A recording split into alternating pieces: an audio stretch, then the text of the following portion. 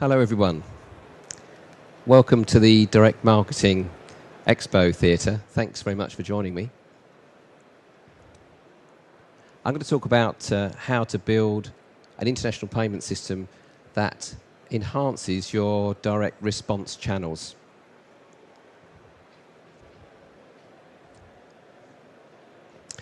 So, when thinking about what I'm going to talk about in this presentation, my thoughts immediately went to how well positioned direct marketers are to capitalize on the various ways of responding to different markets, and the ideal positioning of direct marketers to handle and respond appropriately to the various channels that are available now. There are more ways than ever of getting to your markets. That brings about a challenge in terms of how do you accommodate the different response types. Talking about TV, for example, web, email, telephone, text, letter, social media marketing. There's a lot of choice there for customers. One thing that foxes a lot of direct marketers is how to respond properly and how to integrate the back office systems to handle those various channels in a holistic single way.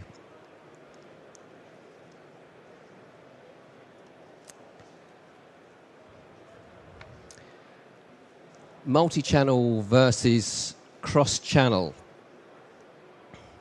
Multi-channel marketing is principally concerned with using two or more ways to access or sell to your market.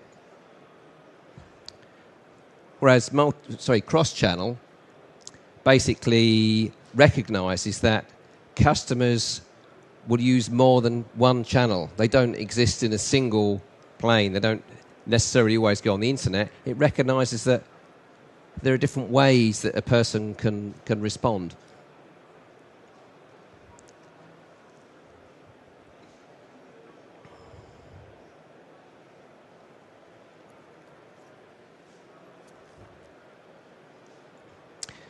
So, if you assume a customer doesn't just exist in one channel, they might, for example, receive a direct mailing, a catalogue, browse the catalogue, and then respond online, for example.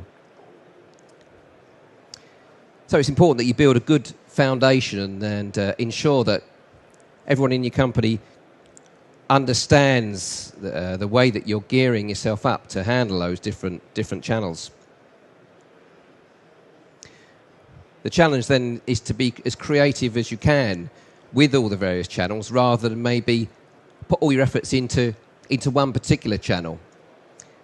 You might, for example, have a really good internet payments expert or a web marketing guru, and he might hold a lot of sway in the organisation to make decisions. And with that comes a setup where the effectiveness of his area could kind of call the shots. So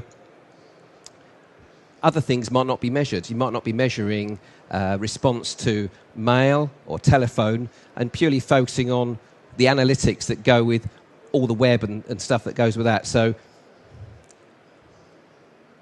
ensuring that you've got a unified message across the group becomes very, very important in those cases.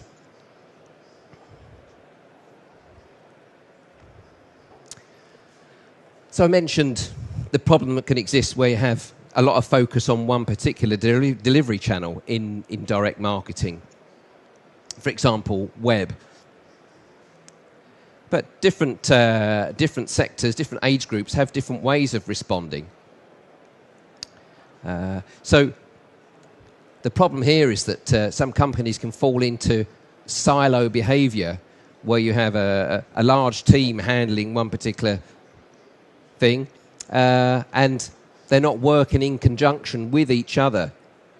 So the responses from the web They could have actually been generated from catalogue distribution or mail or even some TV advertising, but they're only measuring the web responses. So behaving in that way tends to create a vacuum in the organisation, and people will feel that maybe their contribution is not valued. And the problem there is you might end up dropping a particular delivery channel and focusing all the energy on another one and not harmonising across the group. So that create a number of organisational roadblocks there.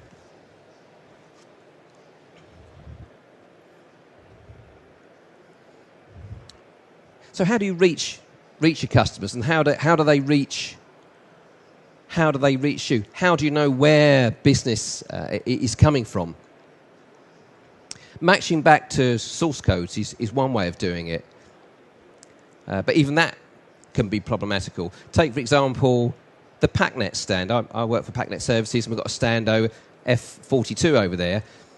I'll be speaking to lots of people at the show here, generating some leads, having some good conversations, and there'll be a few people that might not take my business card. They might respond on the internet via our general inquiry inbox, and that'll be tracked with our effectiveness of our web campaigns, and it won't relate directly back to what we've done here at the show. So the investment won't actually be matched back, and that's a very interesting challenge, and one that if you drop one particular advertising stream or channel, it could have an effect on the other stuff you're doing, and that's something you should be particularly careful to avoid.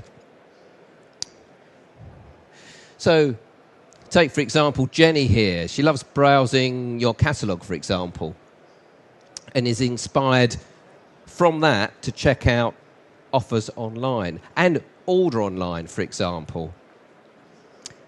So if you stop shipping your catalogue, you could affect her buying habit as a result of that. And again, that varies by age group, but people will act in different ways, they behave in different ways. So putting them all in one channel and not listening to how they want to respond is a problem, and you would be at risk of losing sales from that alone.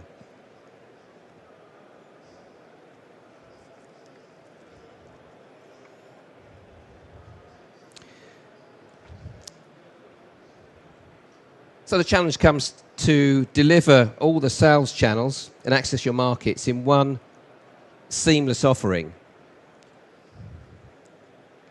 So you coordinate your marketing channels for good results and be diligent about matching back where the sale originated.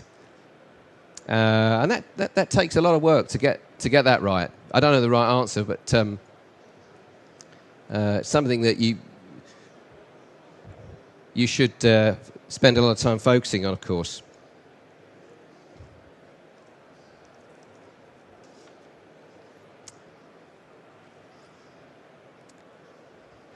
So each channel would merit its own response device. And by response device, I mean response method. So if you're sending a letter, a marketing letter, then you'll have a response slip at the back, enabling people to maybe mail a check or telephone a certain number to quote their card details. You might also have the web information on there, and maybe a promotional code which recognises the fact they might actually place the order on the internet, and it might drive them to behave in that way rather than maybe send a paper response in a prepaid envelope.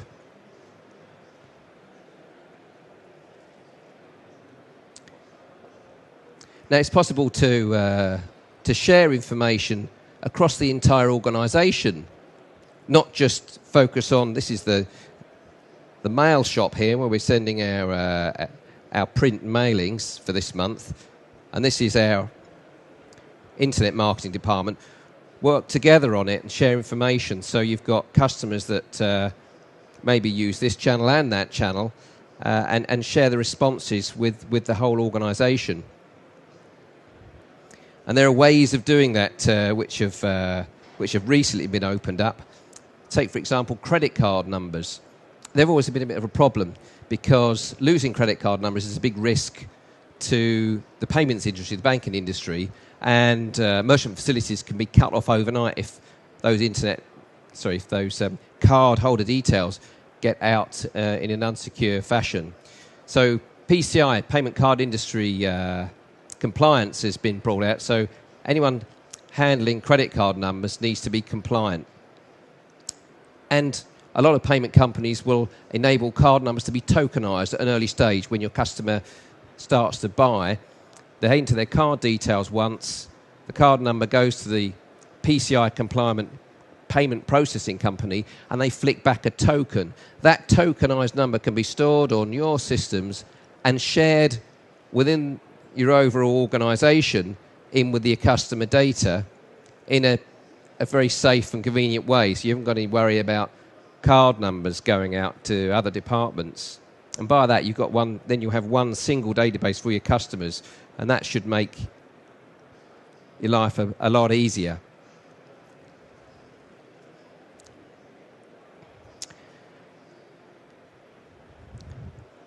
Understanding payment preferences is another important element to this, as well as understanding that customers will use multiple channels to buy from you. Payment preferences will vary from country to country and region to region, and can be affected by things like attitude to debt. For example, if someone's going to use a credit card and pay later, or maybe a debit card. Also, the convenience, access to technology, although across the board we're seeing a lot of internet speed on the up in most places, habit and tradition. And a big one, which some people tend to forget, is trust. For example, anyone that's taking orders on the internet or even by email, if you're the one that's doing the buying, and you've seen a few pop-ups coming up, you think, is that really the company I'm dealing with? I'm going to put these card numbers in. Or shall I just go off the internet and go back in directly to the website I want to buy from? Because I could be giving my card number to someone completely different. So that trust is becoming really, really important. Trust in banks is obviously at a low, but generally speaking, if people are going to part with their money, they're concerned that they're dealing with the right company and no one's going to run off with their details or try and access their cards. So, by honouring the comfort level of your customer, you will increase sales by increasing the confidence of potential buyers, increasing the potential number of available buyers, demonstrating sensitivity to local spending habits. So what do people prefer to do in Germany? What do people prefer to do over 50 in Germany? Are they going to use credit cards, or were they happy to pay directly to your bank account? There's a number of ways of doing this. In fact, in Germany, for example, companies will quite happily ship a product to an individual and ask for payment afterwards by invoice. It's very common. Where in the UK, I don't think we'd dream of doing that here, or other countries, for example. So different cultures, different comfort and spending habits, which should be looked at. But avoid being penny pinching. If adding another payment method is going to uplift your sales by maybe 12%, which it could do in some cases, for example, accepting checks in the USA, very, very popular payment, and France, then avoid being penny pinching with your bolting on your payment method if it's going to cost you maybe a few more pence each per transaction. If you're going to increase sales that much, could be a good investment.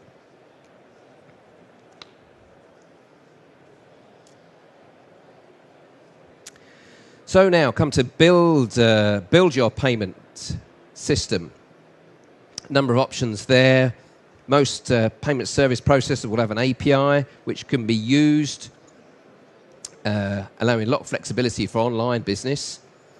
The problem with that is you could come under the wrath of Visa, MasterCard, PCI and have to do a massive project for it. One way to get around that is to take advantage of a hosted payment page with your web service provider, where they take care of that tokenization I mentioned earlier and offer the payment page to your customers, and then they flick back to your website. for that type of business. Make sure your payment process can work with the preferred payment types for all of your channels. So if your campaign, you're going to do a bit of TV, you're going to do a letter or mail shot, and also some online. You might want to cater for paper checks coming in, for example, for people that respond by mail. Direct debits, where you might encourage someone to sign an authorization or instruction. So dealing with a payment company that can provide more options to more of your countries where you expand to, will cut down the number of integrations you have to deal with, which could be useful. So try and cover all contingencies. Putting your system to work. I mentioned data tokenization as a good way to help create customer profiles. In that example, I'm mentioning credit card numbers. So you don't have to store those, so you have one big database with all the multiple channels and access points feeding into it.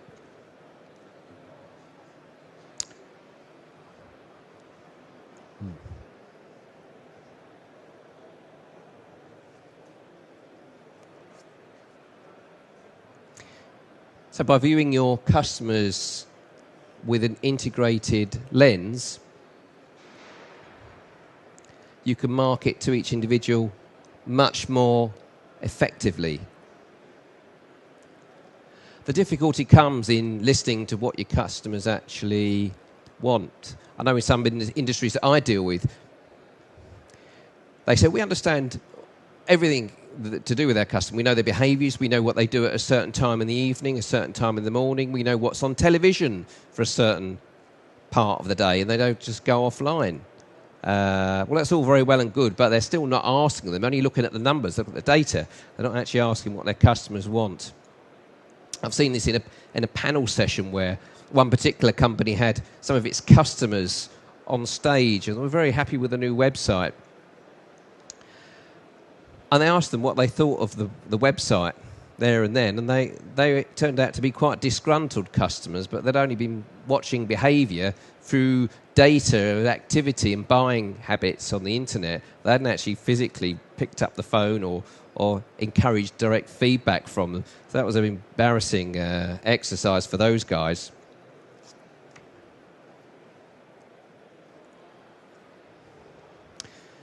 So true integration.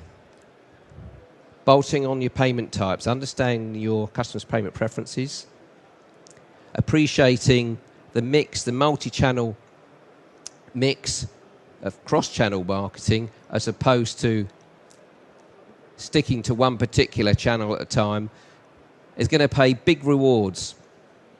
Streamlining your campaigns in-house to cater for all those types and harmonising them, so you might time a campaign to enable responses to come from all the different channels all at once, rather than have gaps in them.